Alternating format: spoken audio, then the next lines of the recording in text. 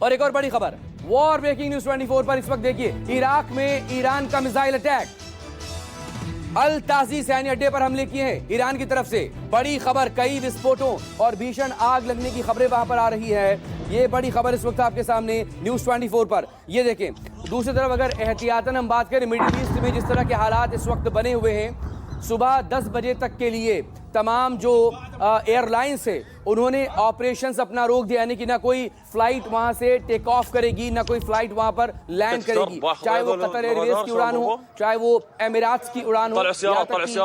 Indigo ने भी यहाँ पर एडवाइजरी जारी कर दी अपने तमाम पैसेंजर्स के लिए। सबके बीच बड़ी खबर, अमेरिकी अड्डों पर ईरान की तरफ से लगातार ये अटैक्स हो रहे हैं। और ये देखिए तस्वीरें आपके सामने, ये इराक के एक मिलिट्री बेस की तस्वीरें बताई जा रही हैं। अमेरिका की मौजूदगी दरअसल 4 अलग अलग जगहों पर इराक में उसके मिलिट्री बेस वहां पर है, जिनमें ट्रूप्स भी हैं, यानी कि उसके सैनिक भी हैं और एयर बेस भी यहां पर मौजूद है।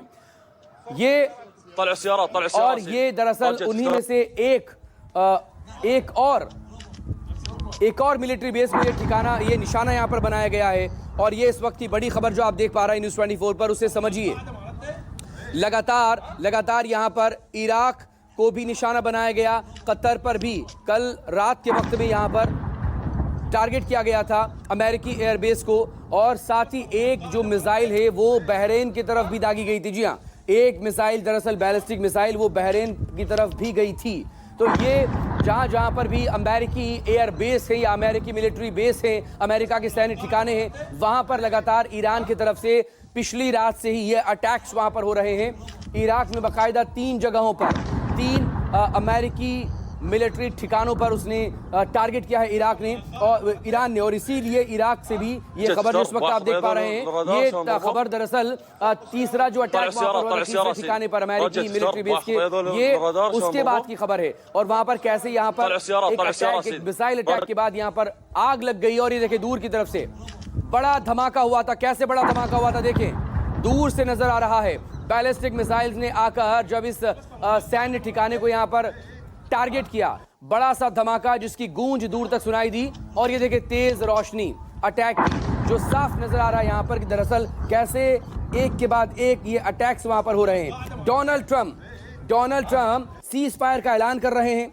दूसरी तरफ ये अटैक्स वहां पर लगातार हो रहे हैं ईरान की तरफ से।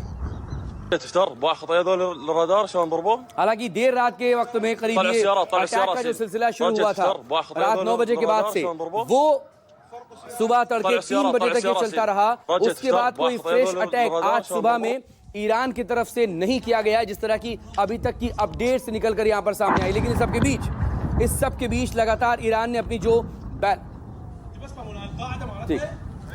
एक वॉर ब्रेकिंग आपको बता देते हैं। वॉर ब्रेकिंग न्यूज 24 पर क्या है देखिए, ईरान के लवाजान में इजराइल ने अटैक किया है।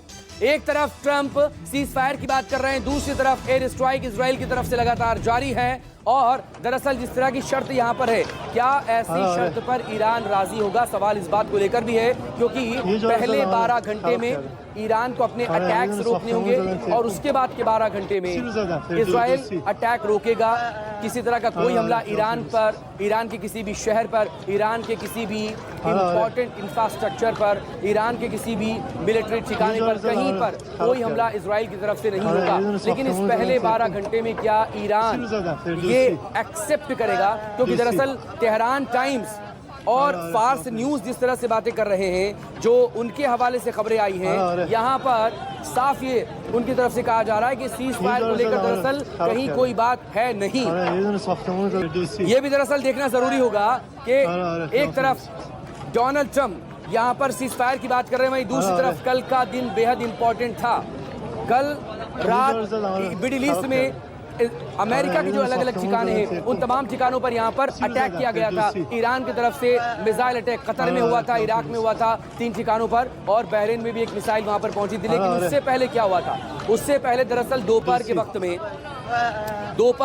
जब भारत में दोपहर थी, तब उस वक्त में मॉस्को में मुलाकात हो रही थी रूस के राष्ट्रपति व्लादिमीर पुतिन और ईरान के विदेश मंत्री अब्बास अरागची की। और दरअसल इसके बाद मिडिल ईस्ट में अटैक्स हुए अमेरिकी सैन्य ठिकानों पर। और देर रात अमेरिकी राष्ट्रपति डोनाल्ड ट्रंप की तरफ से ये सोशल ट्विट पर लिखा गया सीज फायर का ऐलान करते हुए। तो दरअसल बहुत कुछ पिछले 12 घंटों में, 12 से लेकर 18 घंटों में बहुत कुछ ऐसा घटा है। और अगर अमेरिकी B-2 बॉम्बर्स के अटैक को लेकर बात करें तो 48 घंटे में ये सीज फायर का ऐलान हो रहा है, क्योंकि पिछले 48 घंटों में बहुत तेजी से हालात बदले हैं। रशिया ने, रूस ने जिस तरह से एग्रेसिवली जवाब यूएनएससी की बैठक में दिया था, दिमित्री मेदवेदेव ने वहां पर साफ कर दिया था अपना रुख।